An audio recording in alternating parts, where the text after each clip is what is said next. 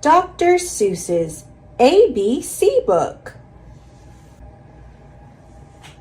Big A, little a, what begins with A? Aunt Annie's alligator, A, A, A. Big B, little b, what begins with B? Barber, baby, bubbles, and a bumblebee. Big C, little c, what begins with C? Camel on the ceiling, C, C, C. Big D, little d, David Donald do, dreamed a dozen donuts and a duck dog too. A, B, C, D, E, E, E. Ear, egg, elephant, E, E, E. Big F, little f, F, F, F. 4 fluffy feathers on a fiffer, feffer, feff. A, B, C, D, E, F, G. Goat, girl, goo goo goggles, G, G, G. Big H, little h, hungry horse, hay. Hen in a hat, hooray, hooray. Big I, little I, I. Ichabod is itchy, so am I. Big J, little j, what begins with J? Jerry Jordan's jelly jar and jam begin that way. Big K, little k, kitten, kangaroo, kick a kettle, kite, and a king's kerchoo. Big L, little Lola lop, left leg, lazy lion, licks a lollipop. Big M, little m, many mumbling mice are making midnight music in the moonlight. Mighty nice. Big N, little n, what begins with those? 9 new neckties and a nightshirt and a nose. O is very useful. You use it when you say, Oscar's only ostrich oiled an orange owl today. A, B, C, D, E, F, G, H, I, J, K, L, M, N, O, P. Painting pink pajamas, policeman in a pail, Peter Pepper's puppy, and now Papa's in the pail. Big Q, little q, what begins with Q? The quick queen of Quincy and her quacking quackaroo.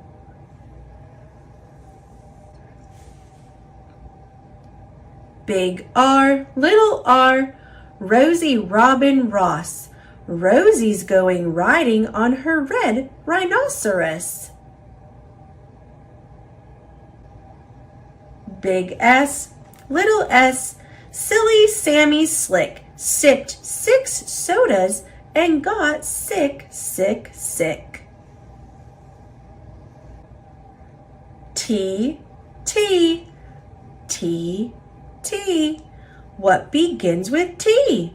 10 tired turtles on a tuttle, tuttle tree. Big U, little u, what begins with U? Uncle Ub's umbrella and his underwear too. Big V, little v, Vera Violet Vin is very, very, very awful on her violin. W, W, W. Willie Waterloo washes Warren Wiggins, who is washing Waldo Woo. X is very useful if your name is Nixie Knox. It also comes in handy spelling axe and extra fox. Big Y, little y, a yawning yellow yak. Young Yolanda Jorgensen is yelling on his back. A, B, C, D, E, F, G, H, I, J, K, L, M, N, O, P, Q, R, S, T, U, V, W, X, Y, and Z. Big Z, little z, what begins with Z? I do. I am a zizzer zazzer zuzz, as you can plainly see.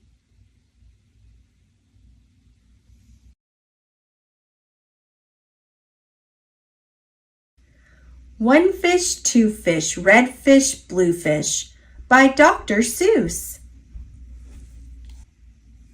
From here to here, from here to there, funny things are everywhere. One fish, two fish, red fish, blue fish.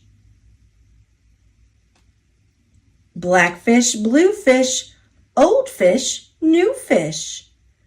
This one has a little star. This one has a little car. Say, what a lot of fish there are. Yes, some are red and some are blue. Some are old and some are new. Some are sad and some are glad. And some are very, very bad. Why are they sad and glad and bad? I do not know. Go ask your dad. Some are thin and some are fat. The fat one has a yellow hat. From there to here, from here to there, funny things are everywhere. Here are some who like to run. They run for fun in the hot, hot sun. Oh me, oh my, oh me, oh my. What a lot of funny things to go by. Some have 2 feet and some have 4. Some have 6 feet and some have more. Where do they come from? I can't say, but I bet they have come a long, long way. We see them come, we see them go. Some are fast and some are slow. Some are high and some are low. Not one of them is like another. Don't ask us why. Go ask your mother. Say, look at his fingers. 1, 2, 3. How many fingers do I see? 1, 2, 3, 4, 5, 6, 7, 8, 9, 10. He has 11. 11. This is something new. I wish I had 11 too. Bump, bump, bump. Did you ever ride a wump? We have a wump with just 1 hump, but we know a man called Mr. Gump. Mr. Gump has a 7-hump wump, so if you like to go bump, bump, just jump on the hump of the wump of a gump. Who am I? My name is Ned. I do not like my little bed. This is no good. This is not right. My feet stick out of bed all night. And when I pull them in, oh dear, my head sticks out of bed up here. We like our bike. It is made for three. Our Mike sits up and back, you see. We like our Mike, and this is why. Mike does all the work when the hills get high. Hello there, Ned. How do you do? Tell me, what is new? How are things in your little bed? What is new? Please tell me, Ned. I do not like this bed at all. A lot of things have come to call.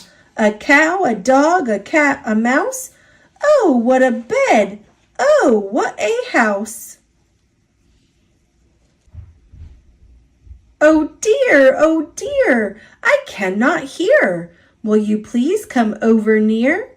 Will you please look in my ear? There must be something there, I fear. Say, look, a bird was in your ear, but he is out, so have no fear. Again your ear can hear, my dear. My hat is old, my teeth are gold. I have a bird I like to hold. My shoe is off, my foot is cold. My shoe is off, my foot is cold.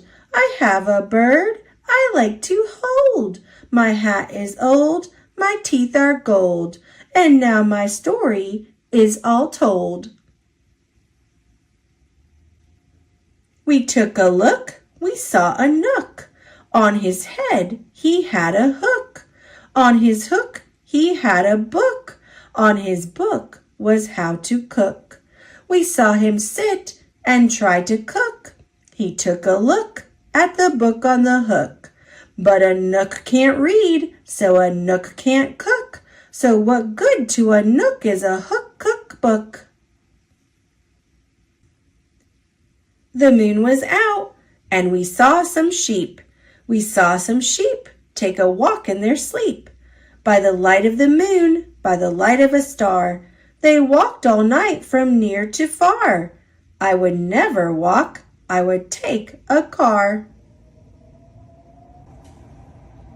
I do not like this one so well. All he does is yell, yell, yell. I will not have this one about. When he comes in, I put him out.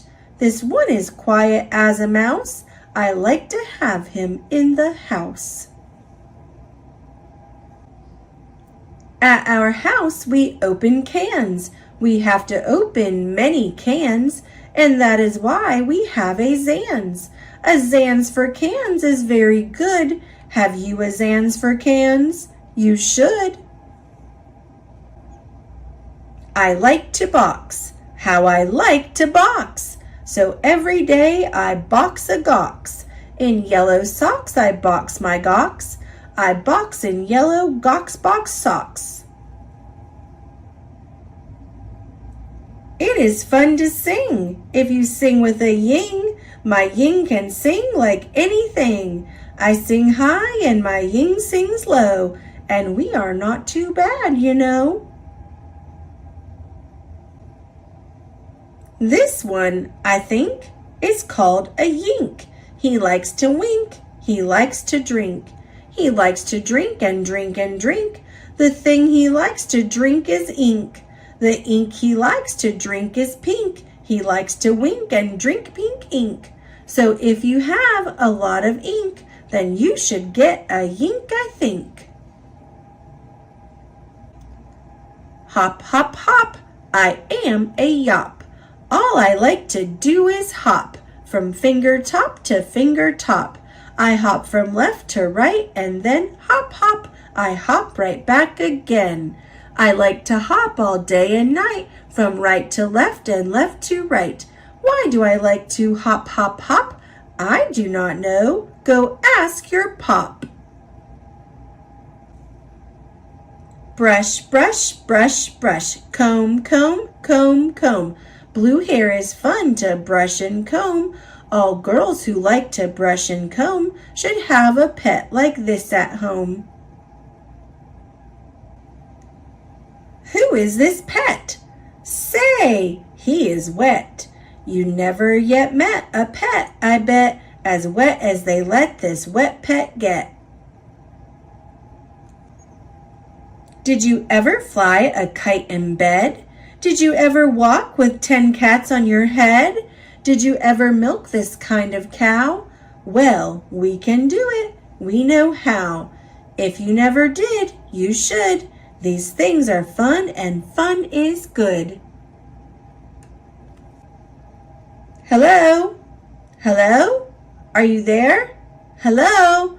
I called you up to say hello. I said hello. Can you hear me, Joe? Oh no, I cannot hear your call. I cannot hear your call at all. This is not good, and I know why. A mouse has cut the wire. Goodbye. From near to far, from here to there, funny things are everywhere. These yellow pets are called the Zeds. They have one hair upon their heads. Their hair grows fast, so fast they say, they need a haircut every day. Who am I? My name is Ish. On my hand I have a dish. I have this dish to help me wish. When I wish to make a wish, I wave my hand with a big swish swish. Then I say I wish for fish, and I get fish right on my dish. So, if you wish to wish a wish, you may swish for fish with my ish wish dish. At our house we play out back. We play a game called Ring the Gack. Would you like to play this game? Come down, we have the only gack in town. Look what we found in the park, in the dark. We will take him home. We will call him Clark. He will live at our house. He will grow and grow. Will our mother like this? We don't know. And now, good night. It is time to sleep, so we will sleep with our pet Zeep. Today is gone, today was fun, tomorrow is another one. Every day from here to there, funny things are everywhere. The Cat in the Hat by Dr. Seuss. The sun did not shine. It was too wet to play. So we sat in the house all that cold, cold, wet day. I sat there with Sally. We sat there, we two. And I said, how I wish we had something to do. Too wet to go out and too cold to play ball. So we sat in the house. We did nothing at all.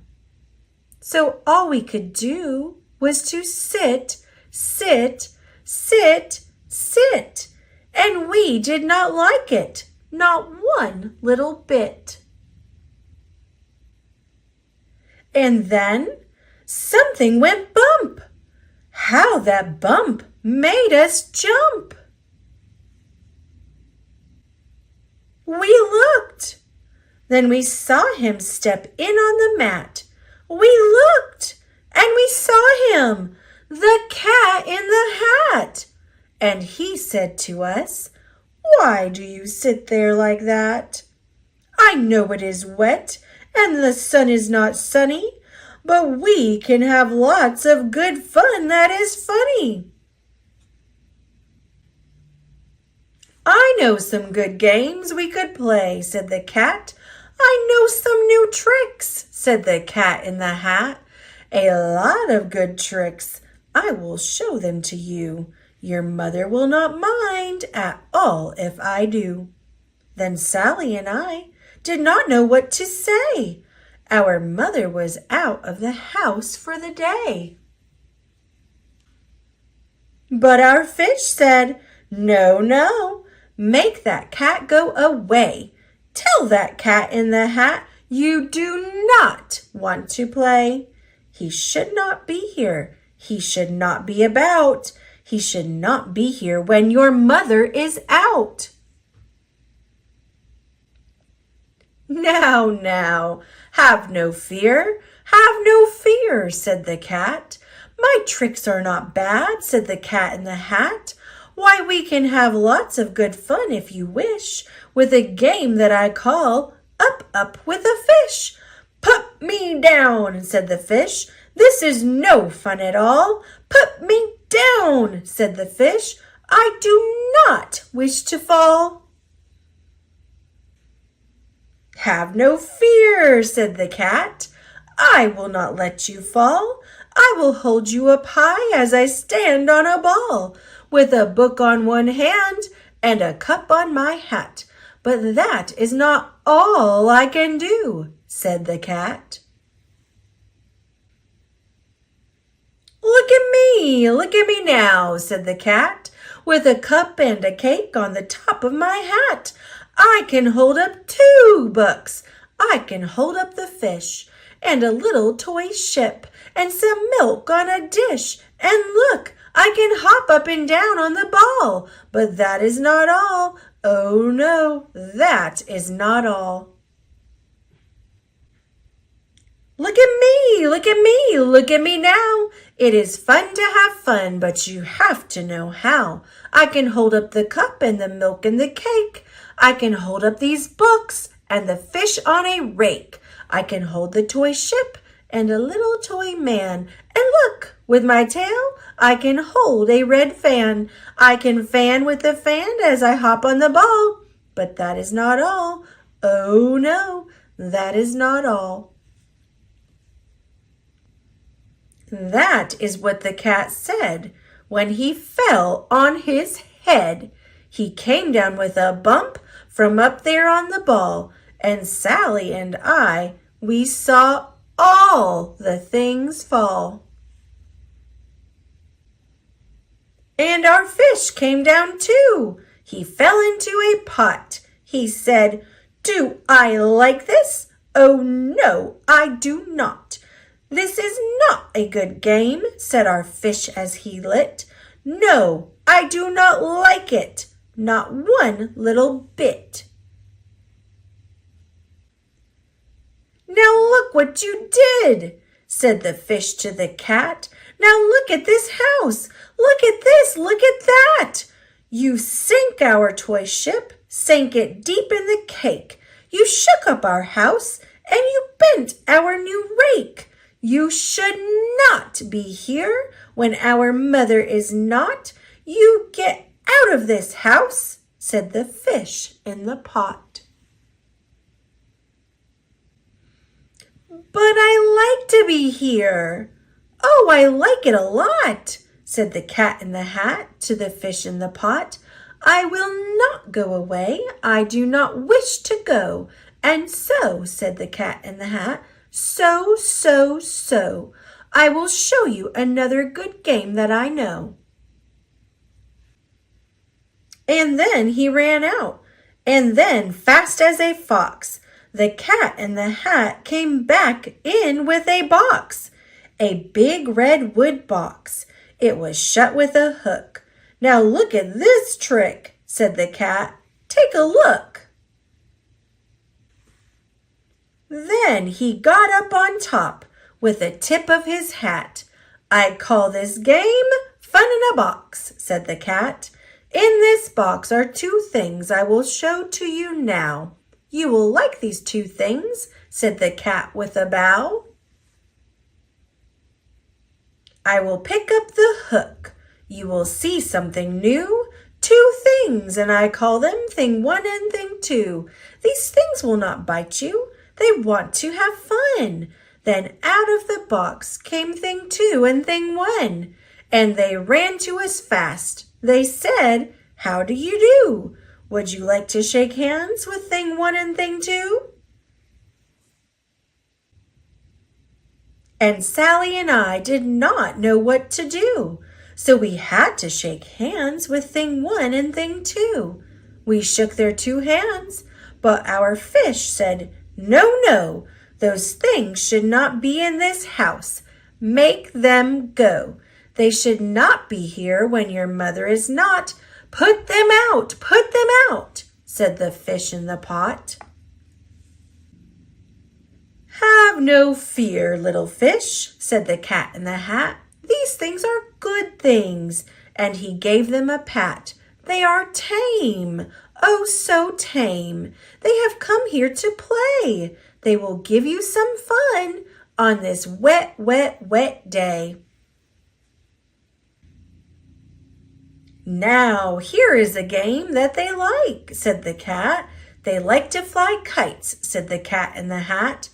No, no, not in the house, said the fish in the pot. They should not fly kites in a house, they should not. Oh, the things they will bump. Oh, the things they will hit. Oh, I do not like it, not one little bit. Then Sally and I saw them run down the hall. We saw those 2 things bump their kites on the wall. Bump, thump, thump, bump, down the wall in the hall. Thing 2 and thing 1, they ran up, they ran down. On the string of one kite, we saw Mother's new gown. Her gown with the dots that are pink, white, and red. Then we saw one kite bump on the head of her bed. Then those things ran about with big bumps, jumps, and kicks, and with hops and big thumps, and all kinds of bad tricks. And I said, I do not like the way that they play. If Mother could see this, oh, what would she say? Then our fish said, Look, look! And our fish shook with fear. Your mother is on her way home, do you hear? Oh, what will she do to us? What will she say? Oh, she will not like it to find us this way. So do something fast, said the fish. Do you hear? I saw her, your mother. Your mother is near. So as fast as you can, think of something to do. You will have to get rid of thing 1 and thing 2. So as fast as I could, I went after my net. And I said, with my net I can get them, I bet. I bet with my net I can get those things yet. Then I let down my net. It came down with a plop, and I had them at last. Those 2 things had to stop. Then I said to the cat, Now you do as I say. You pack up those things and you take them away. Oh dear, said the cat, you did not like our game. Oh dear, what a shame, what a shame, what a shame. Then he shut up the things in the box with the hook, and the cat went away with a sad kind of look. That is good, said the fish. He has gone away, yes. But your mother will come. She will find this big mess. And this mess is so big and so deep and so tall, we cannot pick it up. There is no way at all. And then, who was back in the house? Why, the cat. Have no fear of this mess, said the cat in the hat. I always pick up all my playthings, and so I will show you another good trick that I know. Then we saw him pick up all the things that were down. He picked up the cake and the rake and the gown, and the milk and the strings and the books and the dish, and the fan and the cup, and the ship and the fish, and he put them away. Then he said, That is that. And then he was gone with a tip of his hat.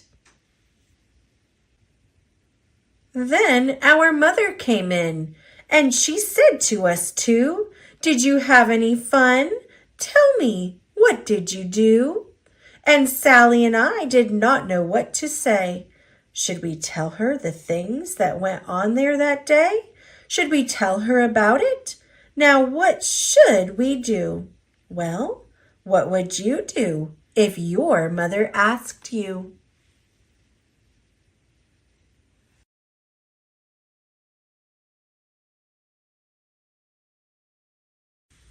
Left foot, right foot, right. Feet in the morning, feet at night. Left foot, left foot, right. Wet foot, dry foot, high foot, low foot. Front feet, back feet, red feet, black feet. Left foot, right foot, feet, feet, feet. How many feet you meet? Slow feet, quick feet, trick feet, sick feet. Up feet, down feet, here come clown feet. Small feet, big feet, here come pig feet. His feet, her feet, fuzzy fur feet.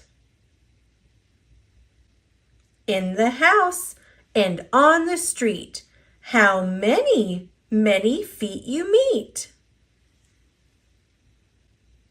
Up in the air feet, over a chair feet. More and more feet, 24 feet. Here come more and more feet. Left foot, right foot, feet, feet, feet. Oh, how many feet you meet.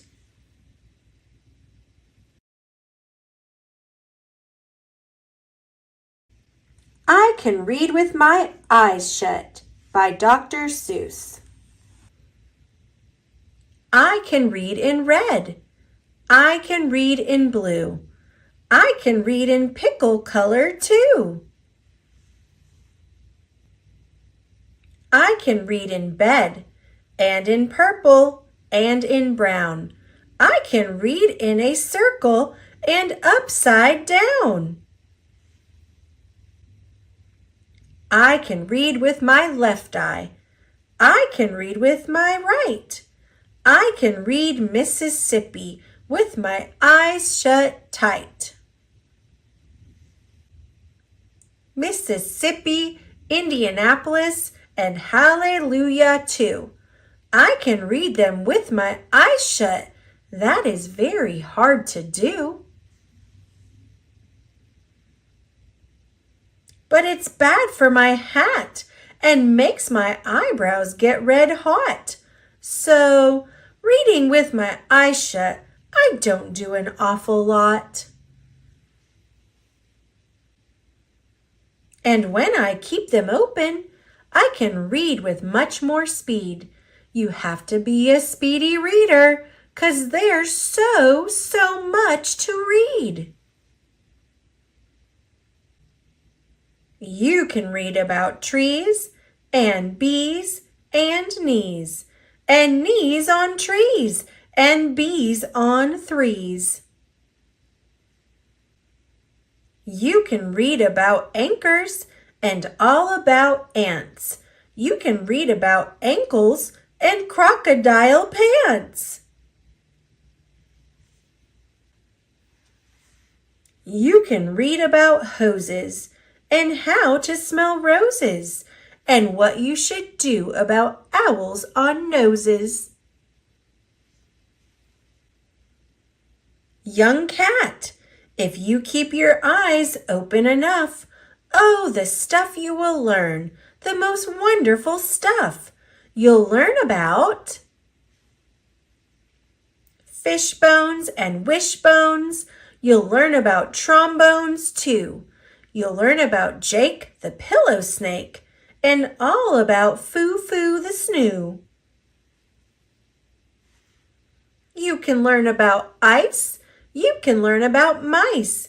Mice on ice and ice on mice. You can learn about the price of ice. Nice ice for sale, 10 cents a pail. You can learn about sad and glad and mad. There are so many things you can learn about, but you'll miss the best things if you keep your eyes shut. The more that you read, the more things you will know. The more that you learn, the more places you'll go. You might learn a way to earn a few dollars, or how to make donuts, or kangaroo collars. You can learn to read music and play a hut-zut if you keep your eyes open, but not with them shut.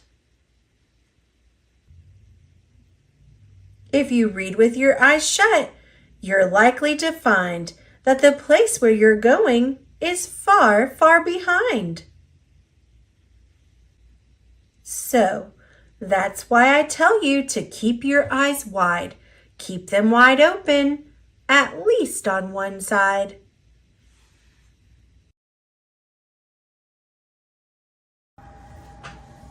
How the Grinch Stole Christmas by Dr. Seuss.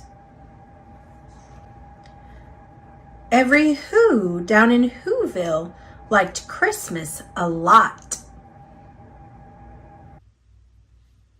But the Grinch, who lived just north of Whoville, did not. The Grinch hated Christmas, the whole Christmas season. Now please don't ask why. No one quite knows the reason. It could be his head wasn't screwed on just right. It could be, perhaps, that his shoes were too tight. But I think that the most likely reason of all may have been that his heart was 2 sizes too small. But whatever the reason, his heart or his shoes, he stood there on Christmas Eve, hating the Whos, staring down from his cave with a sour, grinchy frown at the warm-lighted windows below in their town. For he knew every Who down in Whoville beneath was busy now hanging a mistletoe wreath.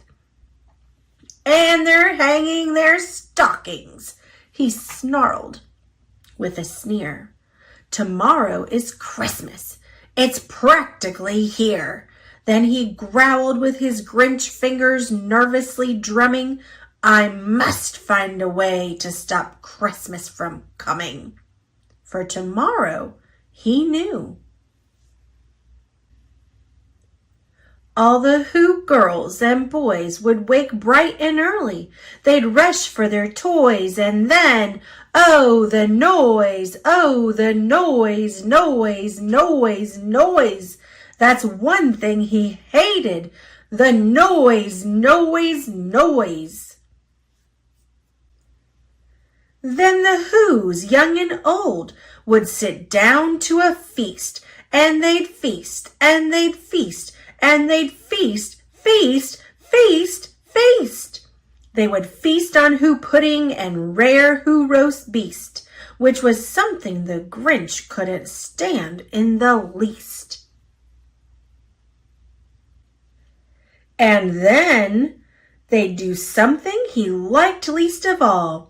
Every Who down in Whoville, the tall and the small, would stand close together with Christmas bells ringing. They'd stand hand in hand, and the Whos would start singing. They'd sing, and they'd sing, and they'd sing, sing, sing, sing. And the more the Grinch thought of this Who Christmas sing, the more the Grinch thought, I must stop this whole thing. Why, for 53 years, I've put up with it now. I must stop this Christmas from coming. But how? Then he got an idea, an awful idea. The Grinch got a wonderful, awful idea. I know just what to do. The Grinch laughed in his throat, and he made a quick Santa Claus hat and a coat, and he chuckled and clucked, "What a great Grinchy trick! With this coat and this hat, I look just like Saint Nick. All I need is a reindeer." The Grinch looked around, but since reindeer are scarce, there were none to be found. Did that stop the old Grinch? No, the Grinch simply said, "If I can't find a reindeer, I'll make one instead." So he called his dog Max. Then he took some red thread and he tied a big horn on the top of his head. Then he loaded some bags and some old empty sacks on a ramshackle sleigh, and he hitched up old Max. Then the Grinch said, "Get up!" and the sleigh started down towards the homes where the Whos lay a snooze in their town. All their windows were dark. Quiet snow filled the air. All the Whos were all dreaming sweet dreams without care. When he came to the first little house on the square, "This is stop number 1, the old Grinchy Claus hissed. And he climbed to the roof, empty bags in his fist. Then he slid down the chimney, a rather tight pinch. But if Santa could do it, then so could the Grinch. He got stuck only once, for a moment or two. Then he stuck his head out of the fireplace flue, where the little Who's stockings all hung in a row. "These stockings," he grinned, "are the first things to go." Then he slithered and slunk with a smile most unpleasant around the whole room, and he took every present. Pop guns and bicycles, roller skates, drums, checkerboards, tricycles, popcorn, and plums. And he stuffed them in bags. Then the Grinch very nimbly stuffed all the bags, one by one, up the chimbley. Then he slunk to the icebox. He took the Who's feast. He took the Who pudding. He took the roast beast. He cleaned out that icebox as quick as a flash. Why, that Grinch even took their last can of Who hash. And the Grinch grabbed the tree and he started to shove when he heard a small sound like the coo of a dove. He turned around fast and he saw a small Who, little Cindy Lou Who was not more than 2. The Grinch had been caught by this tiny Who daughter who'd got out of bed for a cup of cold water. She stared at the Grinch and said, "Santa Claus, why? Why are you taking our Christmas tree? Why?" But you know that old Grinch was so smart and so slick. He thought up a lie, and he thought it up quick. "Why, my sweet little tot," the fake Santa Claus lied, "there's a light on this tree that won't light on one side. So I'm taking it home to my workshop, my dear. I'll fix it up there, then I'll bring it back here." And his fib fooled the child. Then he patted her head, and he got her a drink, and he sent her to bed. And when Cindy Lou Who went to bed with her cup, he went to the chimney and stuffed the tree up. Then the last thing he took was the log for their fire. Then he went up the chimney himself, the old liar. On their walls he left nothing but hooks and some wire. And the one speck of food that he left in the house was a crumb that was even too small for a mouse. Then he did the same thing to the other Whose houses, leaving crumbs much too small for the other Whose mouses.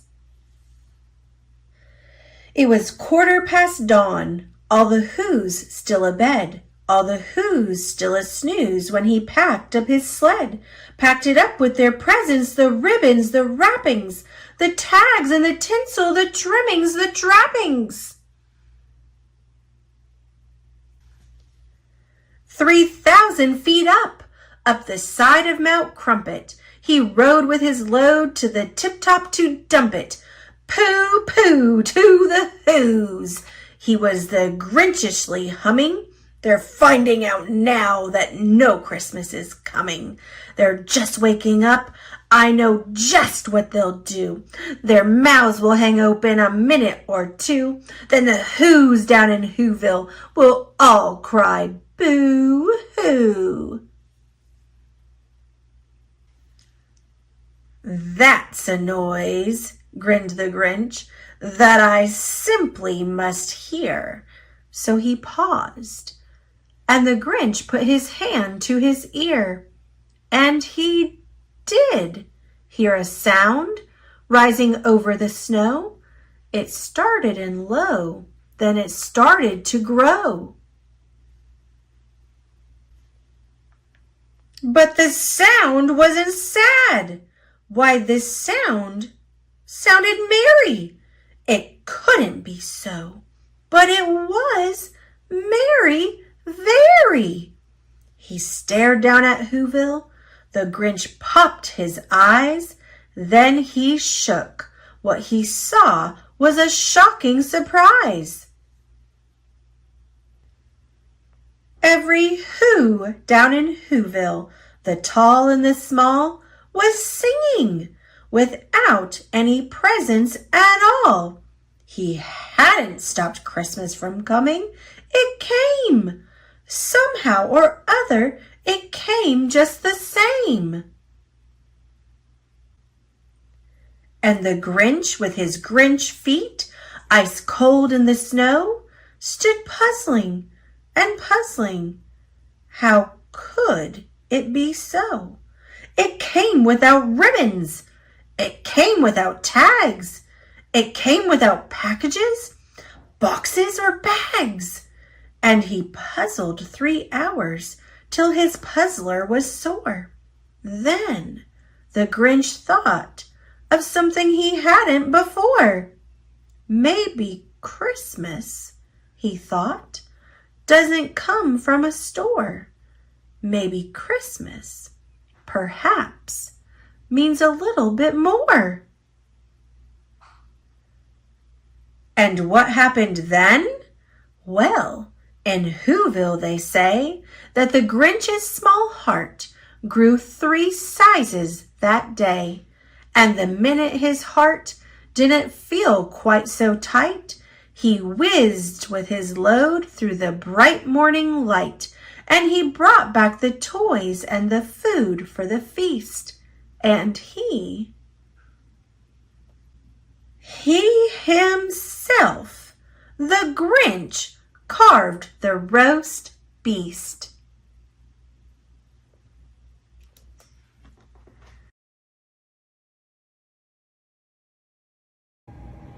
The Lorax by Dr. Seuss.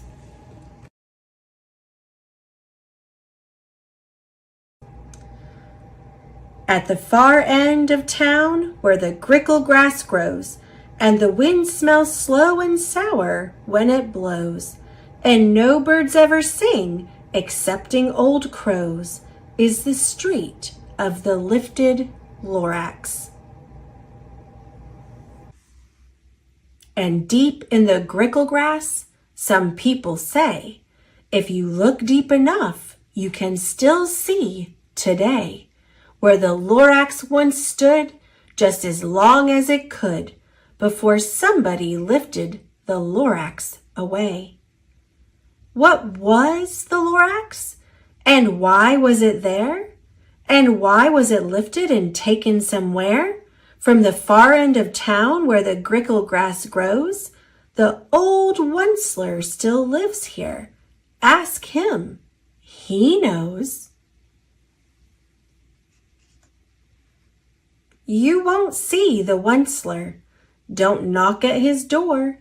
He stays in his lurkum on top of his store.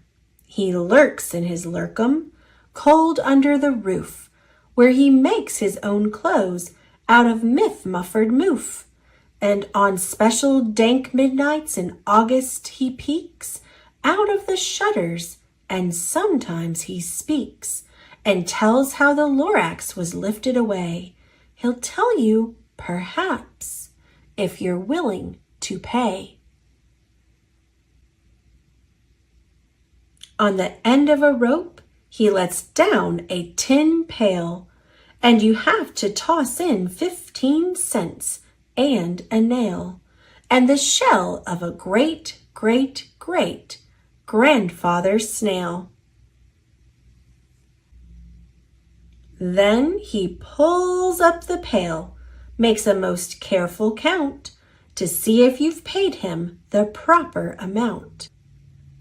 Then he hides what you paid him away in his snub, his secret strange hole in his grovulous glove.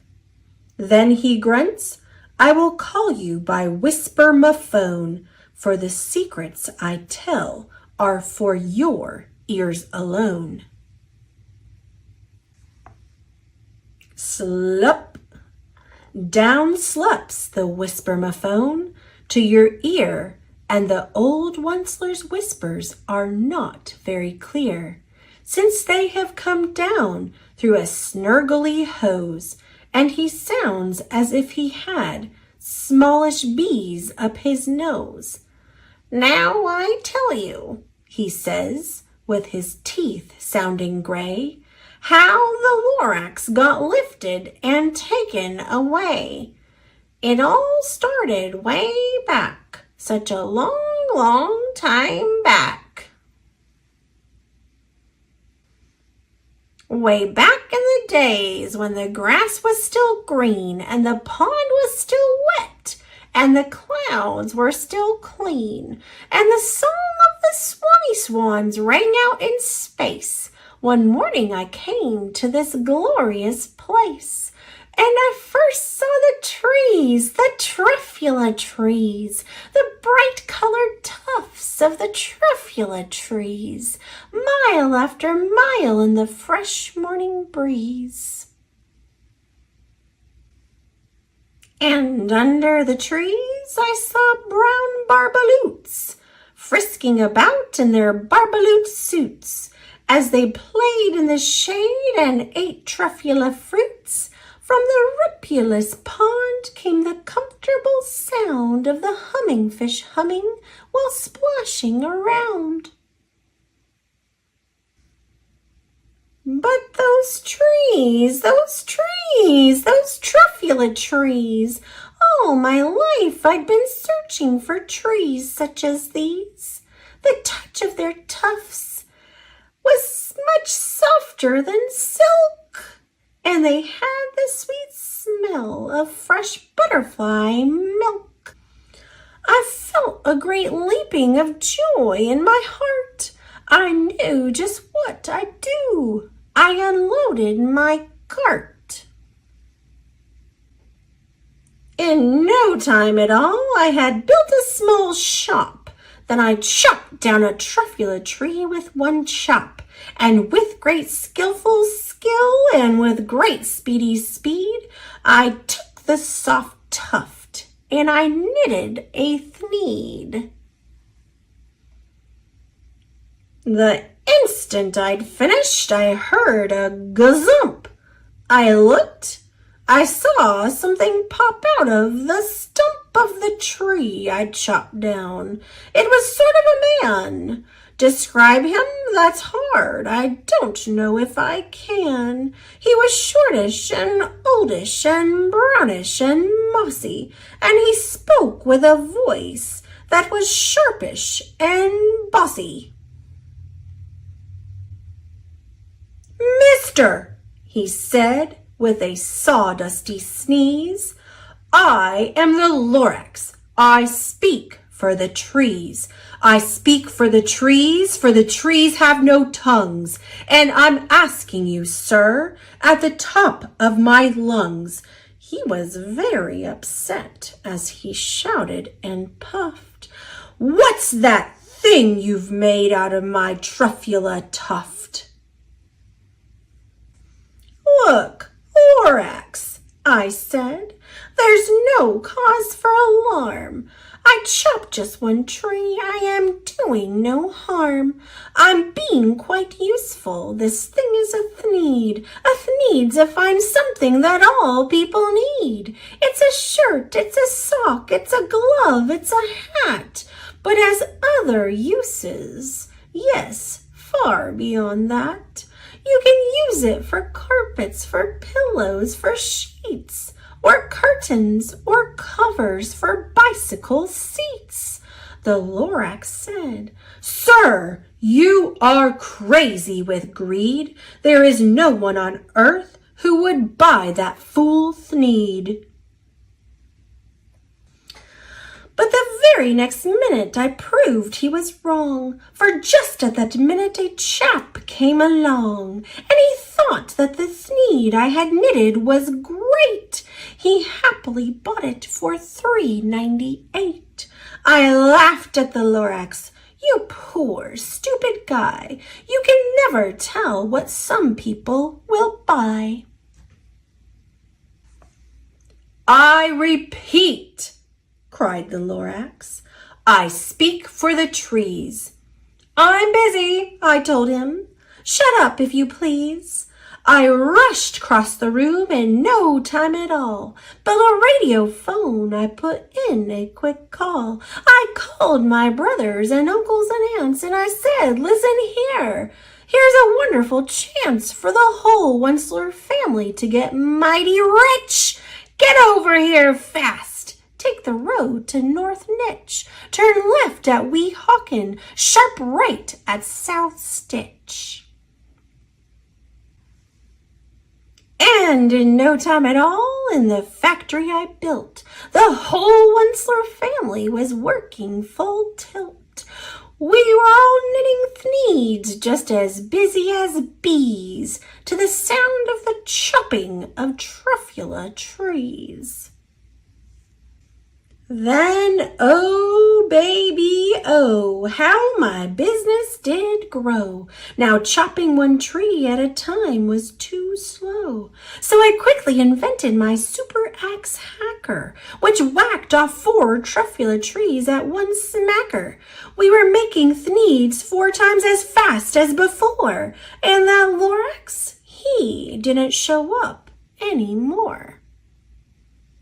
But the next week he knocked on my new office door. He snapped, "I'm the Lorax who speaks for the trees, which you seem to be chopping as fast as you please.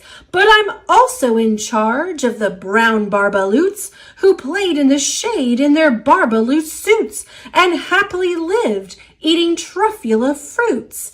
Now, thanks to your hacking my trees to the ground, there's not enough truffula fruit to go round, and my poor barbaloots are all getting the crummies because they have gas and no food in their tummies." They loved living here, but I can't let them stay. They'll have to find food, and I hope that they may. Good luck, boys, he cried, and he sent them away. I, the Onceler, felt sad as I watched them all go. But business is business, and business must grow, regardless of crummies and tummies, you know. I meant no harm, I most truly did not, but I had to grow bigger, so bigger I got. I biggered my factory, I biggered my roads, I biggered my wagons, I biggered the loads of the Sneeds I shipped out. I was shipping them forth to the south, to the east, to the west, to the north. I went right on biggering, selling more Thneeds, and I biggered my money, which everyone needs. Then again he came back. I was fixing some pipes when that old nuisance Lorax came back with more gripes. I am the Lorax. He coughed and he whiffed. He sneezed and he snuffled. He snargled, he sniffed. Onceler, he cried with a crufulous croak. Onceler, you're making such smogulous smoke. My poor swammy swams, why they can't sing a note. No one can sing who has smog in his throat. And so, said the Lorax, please pardon my cough. They cannot live here, so I'm sending them off. Where will they go? I don't hopefully know. They may have to fly for a month or a year to escape from the smog you've smogged up around here. What's more, snapped the Lorax, his dander was up, let me say a few words about Gluppity-Glup. Your machinery chugs on day and night without stop, making Gluppity-Glup and Schloppity-Schlop. And what do you do with this leftover goo? I'll show you, you dirty old Onceler man, you. You're glumping the pond where the humming fish hummed. No more can they hum, for their gills are all gummed. So I'm sending them off. Oh, their future is dreary. They'll walk on their fins and get woefully weary, in search of some water that isn't so smeary. And then I got mad. I got terribly mad. I yelled at the Lorax. Now listen here, Dad. All you do is yap and say bad, bad, bad, bad. Well, I have my rights, sir, and I'm telling you, I intend to go on doing just what I do. And for your information, you Lorax, I'm figuring I'm biggering and biggering and biggering and biggering, turning more truffula trees into Thneeds, which everyone needs. And at that very moment, we heard a loud whack. From outside in the fields came a sickening smack of an axe on a tree. Then we heard the tree fall, the very last truffula tree of them all. No more trees, no more Thneeds, no more work to be done. So in no time my uncles and aunts, every one, all waved me goodbye. They jumped into my cars and drove away under the smoke-smuggered stars. Now all that was left 'neath the bad-smelling sky was my big empty factory, the Lorax and I. The Lorax said nothing, just gave me a glance, just gave me a very sad, sad backward glance, as he lifted himself by the seat of his pants, and I'll never forget the grim look on his face when he hoisted himself and took leave of this place through a hole in the smog without leaving a trace. And all that the Lorax left here in this mess was a small pile of rocks with one word, unless. Whatever that meant, well, I just couldn't guess. That was long, long ago, but each day since that day I've sat here worried and worried away. Through the years while my buildings have fallen apart, I've worried about it with all of my heart. But now, says the Onceler, now that you're here, the word of the Lorax seems perfectly clear, unless someone like you cares a whole awful lot. Nothing is going to get better. It's not.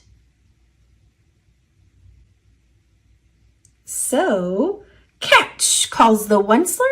He lets something fall. It's a truffula seed. It's the last one of all.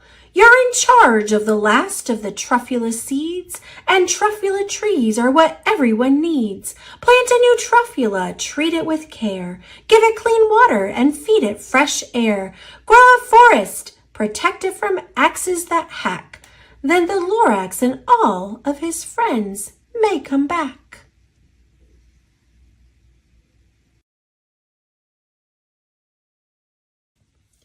Oh, the Places You'll Go by Dr. Seuss. Congratulations! Today is your day. You're off to great places. You're off and away.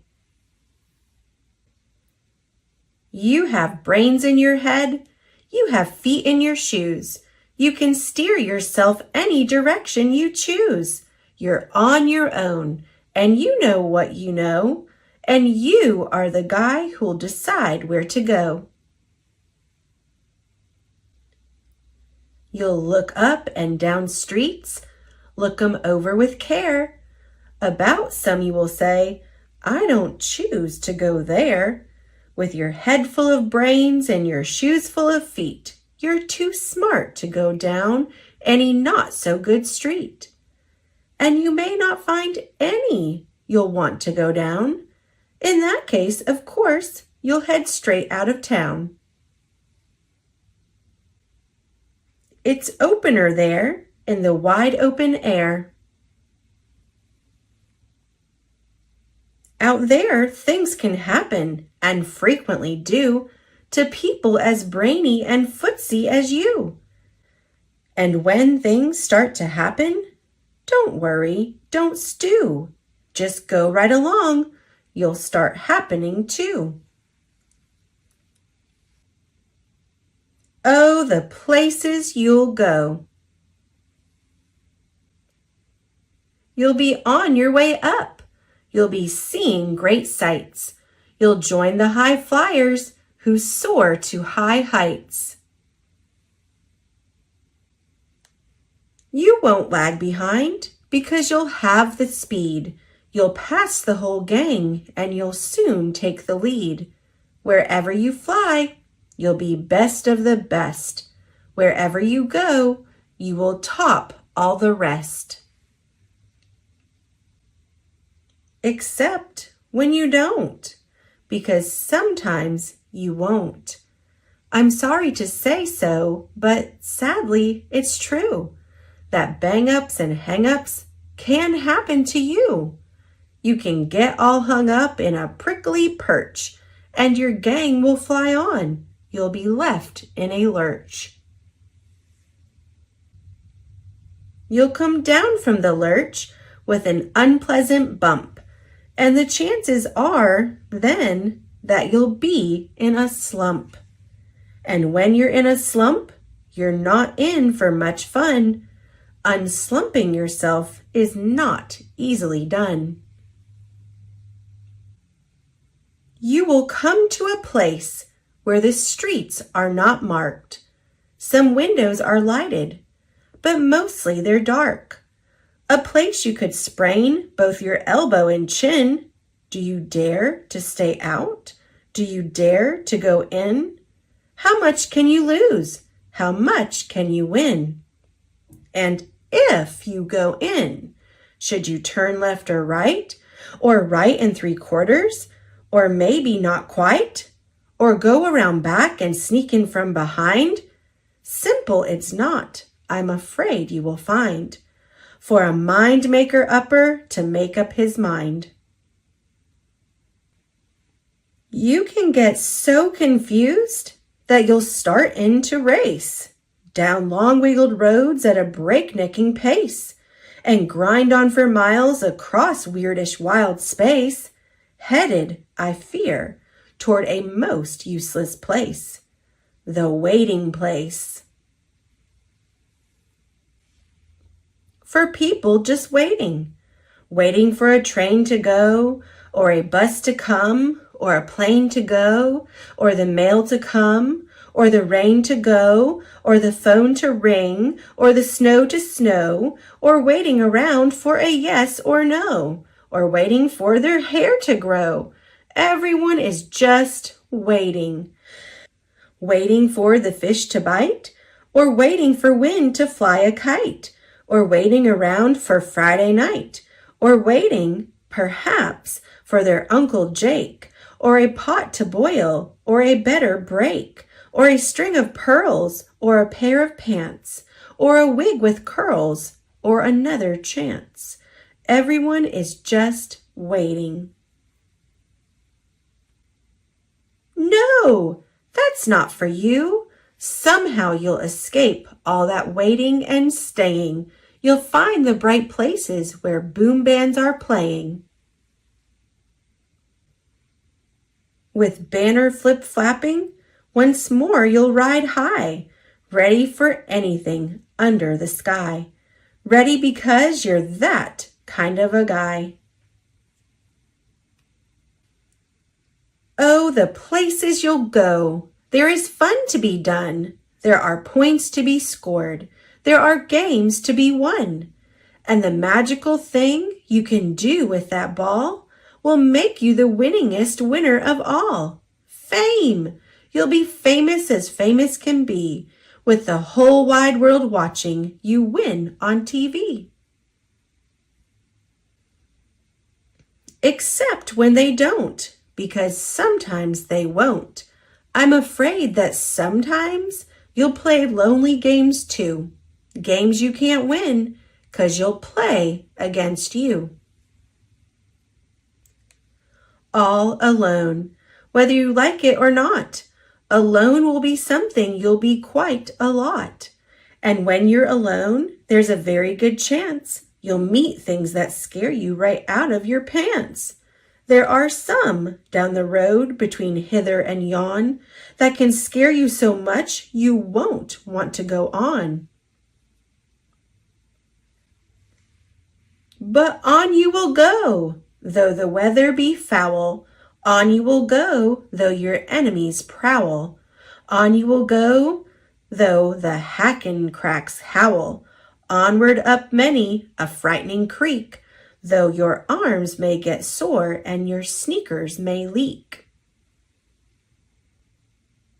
On and on you will hike, and I know you'll hike far, and face up to your problems, whatever they are. You'll get mixed up, of course, as you already know. You'll get mixed up with many strange birds as you go. So be sure when you step with care and great tact, and remember that life's a great balancing act. Just never forget to be dexterous and deft, and never mix up your right foot with your left. And will you succeed? Yes, you will indeed. 98.75% guaranteed. Kid, you'll move mountains. So, be your name Boxbaum or Bixby or Bray or Medici, Alley, Van Allen, O'Shea. You're off to great places. Today is your day. Your mountain is waiting, so get on your way. Fidwick the Big-Hearted Moose by Dr. Seuss. Up at Lake Winnebago, the far northern shore, lives a huge herd of moose, about 60 or more. and they all go around in a big happy bunch, looking for nice tender moose moss to munch. Up at Lake Winnebago one day, they were lunching, just strolling along and enjoying their munching, for the moose moss that day was especially fine, when it happened that Thidwick, the last moose in line, saw a bingle bug sitting. The bug called out, "Hey! It's such a long road, and it's such a hot day.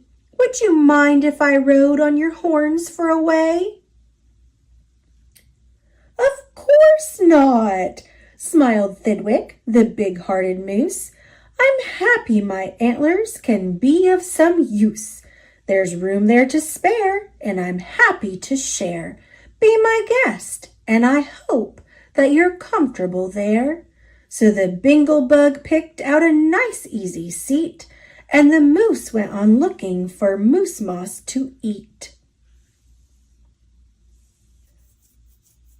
Well, an hour or so later, the bug heard a squeak, and he heard the small voice of a tree spider speak. "I say," said the spider, "you've got a fine place. That moose seems quite friendly, has such a nice face. If I got on too, do you think he would mind?" "Hop aboard," laughed the bug, "and I think that you'll find that the moose won't object. He's the big-hearted kind." "I accept," said the spider, with joy and delight, and he started a web on the horn to the right. While the spider was spinning, he heard a gay song, and a fresh little zinazoo bird came along. He stopped, and he stared, and he chirped. "Well, well, well, what a smart place to build!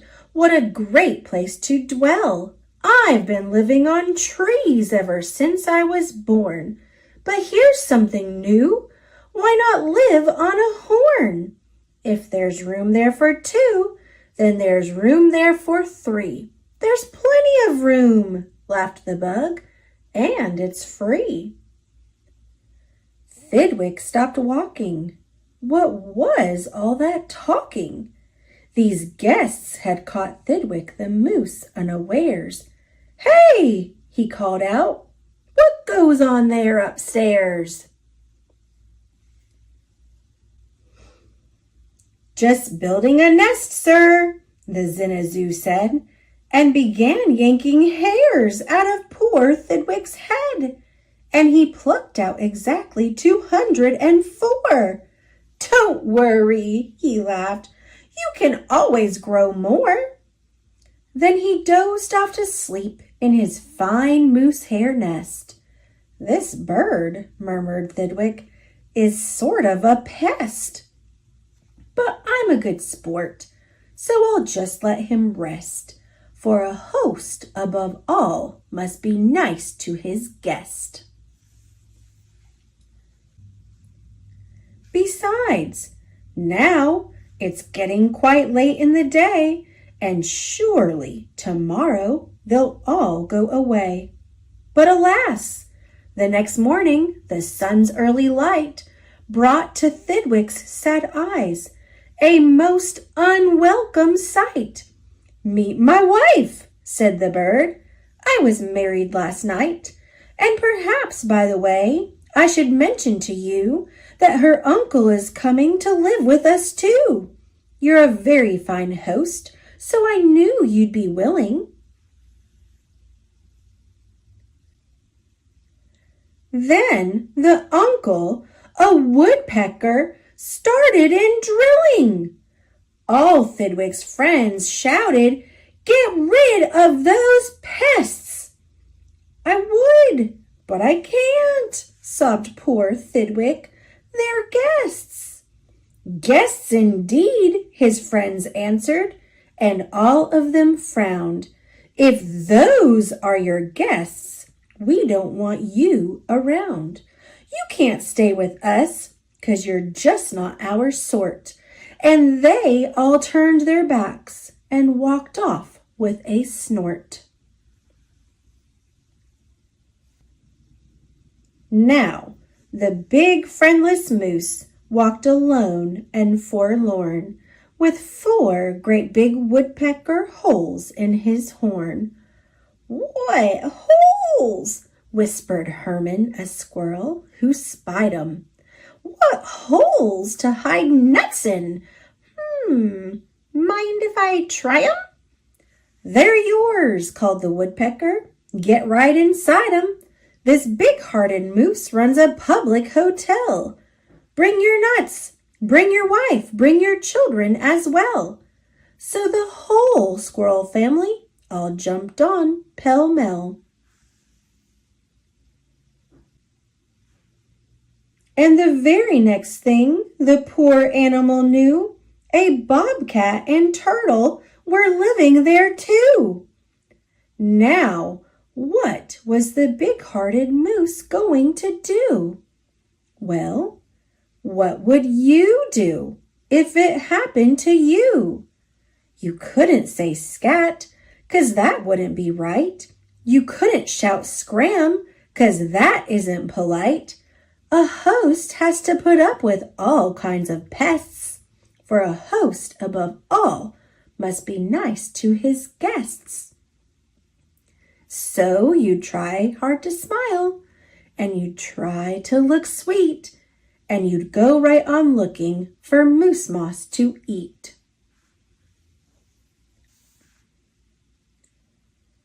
But now it was winter, and that wasn't easy, for moose moss gets scarce when the weather gets freezy.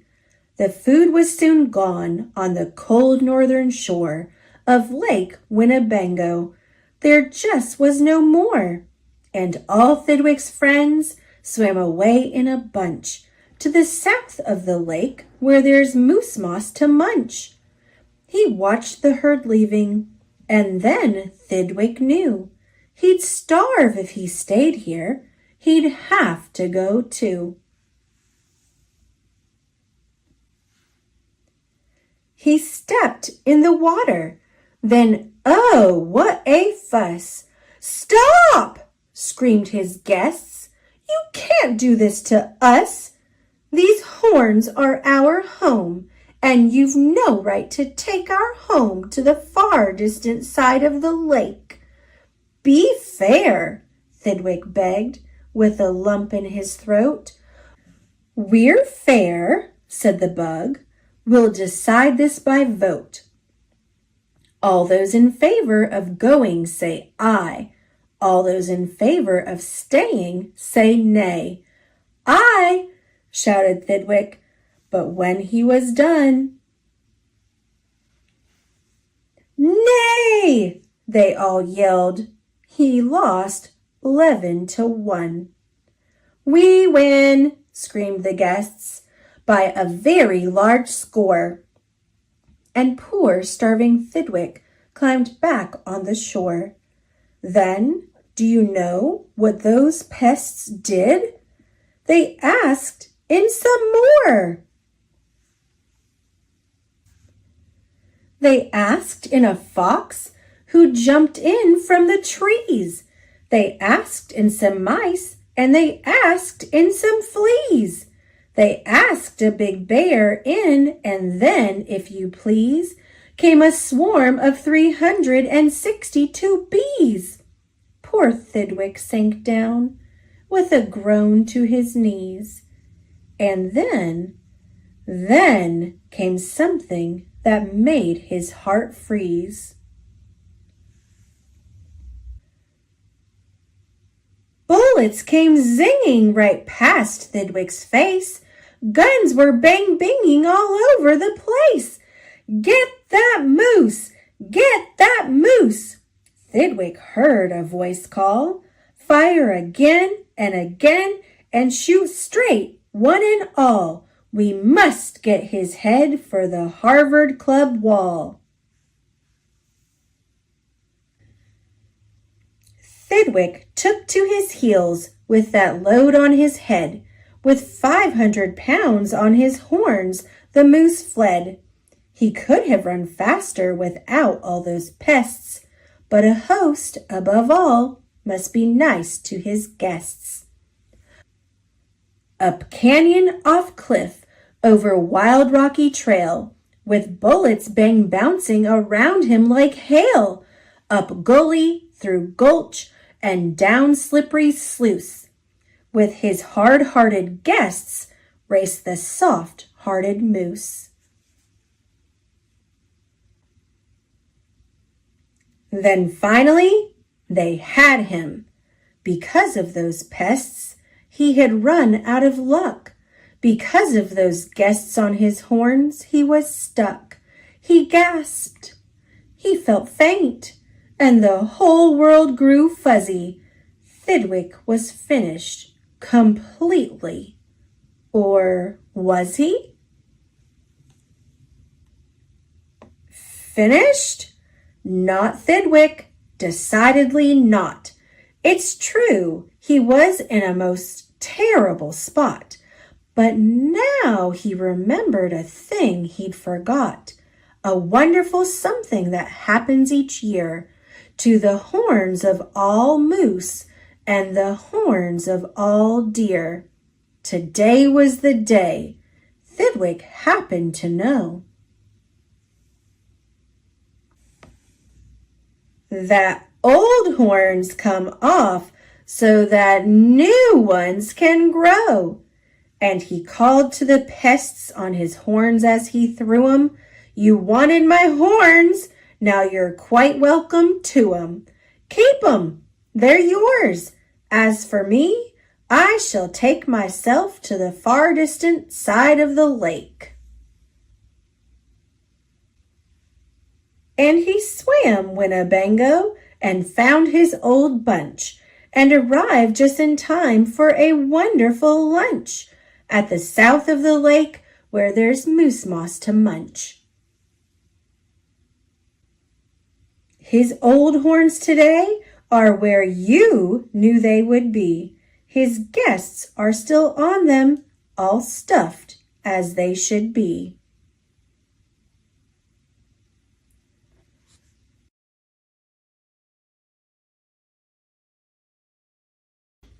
Horton Hears a Who by Dr. Seuss.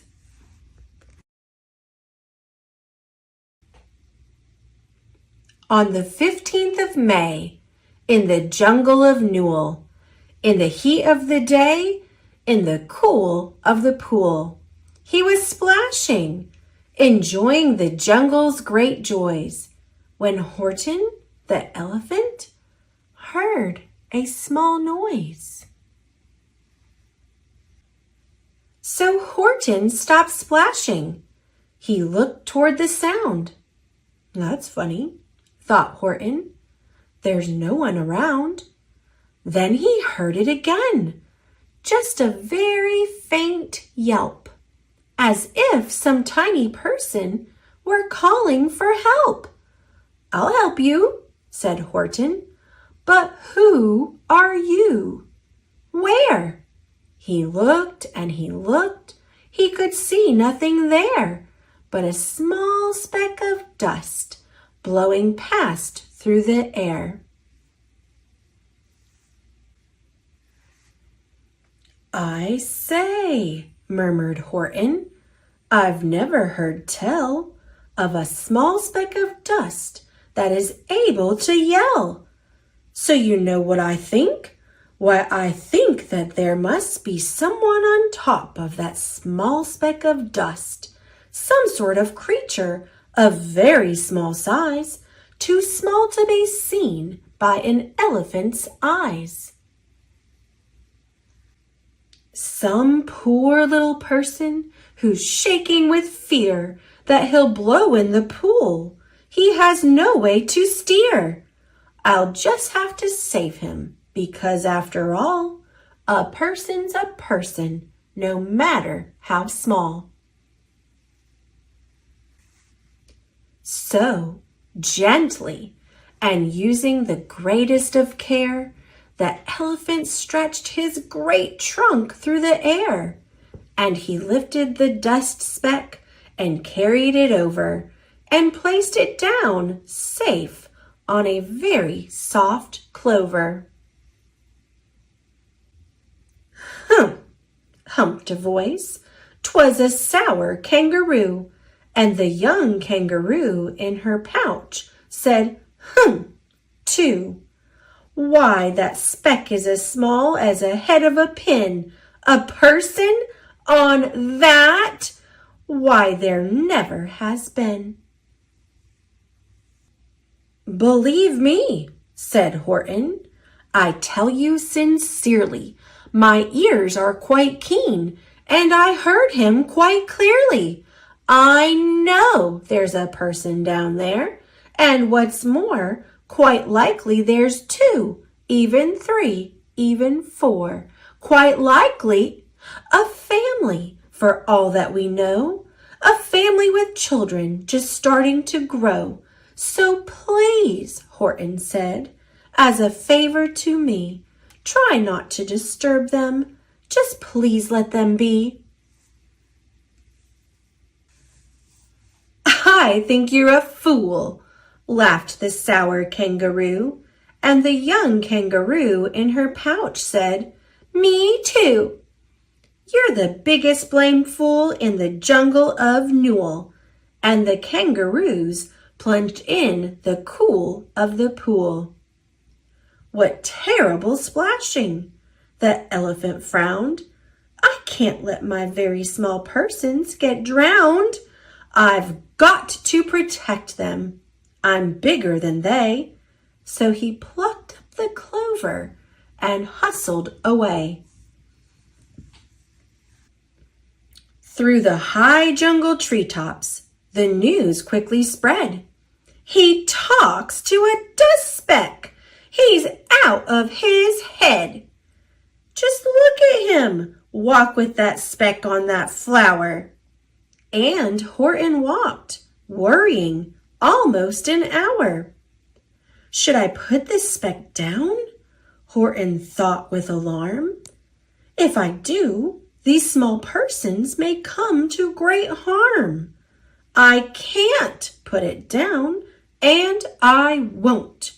After all, a person's a person, no matter how small." Then Horton stopped walking. The speck voice was talking. The voice was so faint he could just barely hear it. "Speak up, please," said Horton. He put his ear near it. "My friend," came the voice, "you're a very fine friend. You've helped all us folks on this dust speck no end. You've saved all our houses, our ceilings and floors. You've saved all our churches and grocery stores." "You mean?" Horton gasped. "You have buildings there too?" "Oh, yes," piped the voice. "We most certainly do." "I know," called the voice. "I'm too small to be seen, but I'm mayor of a town that is friendly and clean. Our buildings to you would seem terribly small, but to us who aren't big, they are wonderfully tall. My town is called Whoville, for I am a Who, and we Whos are all thankful and grateful for you." And Horton called back to the mayor of the town, "You're safe now. Don't worry. I won't let you down." But just as he spoke to the mayor of the speck, 3 big jungle monkeys climbed up Horton's neck. The Wickersham brothers came shouting, "What rot! This elephant's talking to Whos who are not. There aren't any Whos, and they don't have a mayor, and we're going to stop all this nonsense. So there." They snatched Horton's clover. They carried it off to a black-bottomed eagle named Vladikov, a mighty strong eagle of very swift wing, and they said, "Will you kindly get rid of this thing?" And before the poor elephant even could speak, that eagle flew off with the flower in his beak. All that late afternoon and far into the night, that black-bottomed bird flapped his wings in fast flight, while Horton chased after with groans over stones that tattered his toenails and battered his bones, and begged, "Please don't harm all my little folks who have as much right to live as us bigger folks do." But far, far beyond him, that eagle kept flapping, and over his shoulder called back, "Quit your yapping! I'll fly the night through. I'm a bird, I don't mind, and I'll hide this tomorrow where you'll never find it." And at 6:56 the next morning he did it. It sure was a terrible place that he hid it. He let that small clover drop somewhere inside of a great patch of clovers 100 miles wide. "Find that," sneered the bird, "but I think you will fail." And he left with a flip of his black-bottomed tail. "I'll find it," cried Horton. "I'll find it or bust. I shall find my friends on my small speck of dust." And clover by clover by clover with care, he picked up and searched them and called, "Are you there?" But clover by clover by clover he found that the one that he sought for was just not around. And by noon poor old Horton, more dead than alive, had picked, searched, and piled up 9,005. Then, on through the afternoon, hour after hour, till he found them at last on the 3 millionth flower. "My friends," cried the elephant, "tell me, do tell, are you safe? Are you sound? Are you whole? Are you well?" From down on the speck came the voice of the mayor. "We've really had trouble, much more than our share. When that black-bottomed birdie let go and we dropped, we landed so hard that our clocks have all stopped. Our teapots are broken, our rocking chair's smashed, and our bicycle tires all blew up when we crashed. So Horton, please," pleaded that voice of the mayor's, "will you stick by us who's while we make our repairs?" "Of course," Horton answered. "Of course I will stick. I'll stick by you small folks through thin and through thick." Humped a voice. "For almost 2 days you've run wild and insisted on chatting with persons who've never existed. Such carryings on in our peaceable jungle. We've had quite enough of your bellowing bungle, and I'm here to state," snapped the big kangaroo, "that your silly, nonsensical game is all through." And the young kangaroo in her pouch said, "Me too." With the help of the Wickersham brothers and dozens of Wickersham uncles and Wickersham cousins and Wickersham in-laws, whose help I've engaged, you're going to be roped and you're going to be caged. And as for your dust speck, ha! That we shall boil in a hot steaming kettle of bezelnut oil.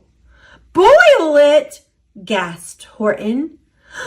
"Oh, that you can't do. It's all full of persons. They'll prove it to you." "Mr. Mayor? Mr. Mayor!" Horton called. "Mr. Mayor, you've got to prove now that you really are there. So call a big meeting, get everyone out. Make every who holler, make every who shout, make every who scream. If you don't, every who is going to end up in a bezelnut stew." And down on the dust speck, the scared little mayor quick called a big meeting in Whoville Town Square. And his people cried loudly. They cried out in fear, "We are here! We are here! We are here! We are here!" The elephant smiled. That was clear as a bell. "You kangaroos surely heard that very well." "All I heard," snapped the big kangaroo, "was the breeze and the faint sound of wind through the far distant trees. I heard no small voices, and you didn't either."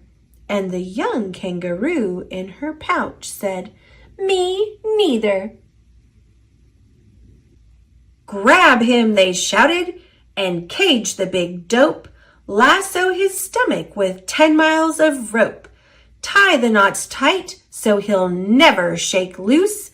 Then dunk that dumb speck in the bezelnut juice." Horton fought back with great vigor and vim, but the Wickersham gang was too many for him. They beat him, they mauled him, they started to haul him into his cage. But he managed to call to the mayor, "Don't give up! I believe in you all. A person's a person, no matter how small. And you very small persons will not have to die if you make yourselves heard. So come on now and try." The mayor grabbed a tom-tom. He started to smack it. And all over Whoville they whooped up a racket. They rattled tin kettles, they beat on brass pans, on garbage pail tops and old cranberry cans. They blew on bazookas and blasted great toots, on clarinets, oompas and boompas and flutes. Great gusts of loud racket rang high through the air. They rattled and shook the whole sky. And the mayor called up through the howling mad hullabaloo, "Hey, Horton, how's this? Is our sound coming through?" And Horton called back, "I can hear you just fine, but the kangaroo's ears are as strong, quite as mine." "They don't hear a thing. Are you sure all your boys are doing their best? Are they all making noise? Are you sure every who down in Whoville is working? Quick, look through your town. Is there anyone shirking?" Through the town rushed the mayor, from east to the west, but everyone seemed to be doing his best. Everyone seemed to be yapping or yipping. Everyone seemed to be beeping or bipping. But it wasn't enough. All this ruckus and roar, he had to find someone to help make more. He raced through each building. He searched floor to floor. And just as he felt he was getting nowhere and almost about to give up in despair, he suddenly burst through a door, and that mayor discovered one shirker quite hidden away in the Fairfax Apartments, apartment 12J. A very small shirker named Jojo was standing, just standing, and bouncing a yo-yo, not making a sound, not a yip, not a chirp. And the mayor rushed inside, and he grabbed the young twerp. And he climbed with the lad up the Eiffelberg Tower. "This," cried the mayor, "is your town's darkest hour, the time for all who have blood that is red to come to the aid of their country," he said. "We've got to make noises in greater amounts, so open your mouth, lad, for every voice counts." Thus he spoke as he climbed. When they got to the top, the lad cleared his throat and he shouted, "Yop!" And that yop, that one small extra yop, put it over. Finally, at last, from that speck on that clover, their voices were heard. They rang out clear and clean, and the elephant smiled. "Do you see what I mean? They've proved they are persons, no matter how small, and their whole world was saved by the smallest of all." "How true! Yes, how true," said the big kangaroo. "And from now on, you know what I'm planning to do? From now on, I'm going to protect them with you." And the young kangaroo in her pouch said, "Me too. From sun in the summer, from rain when it's fallish, I'm going to protect them no matter how smallish."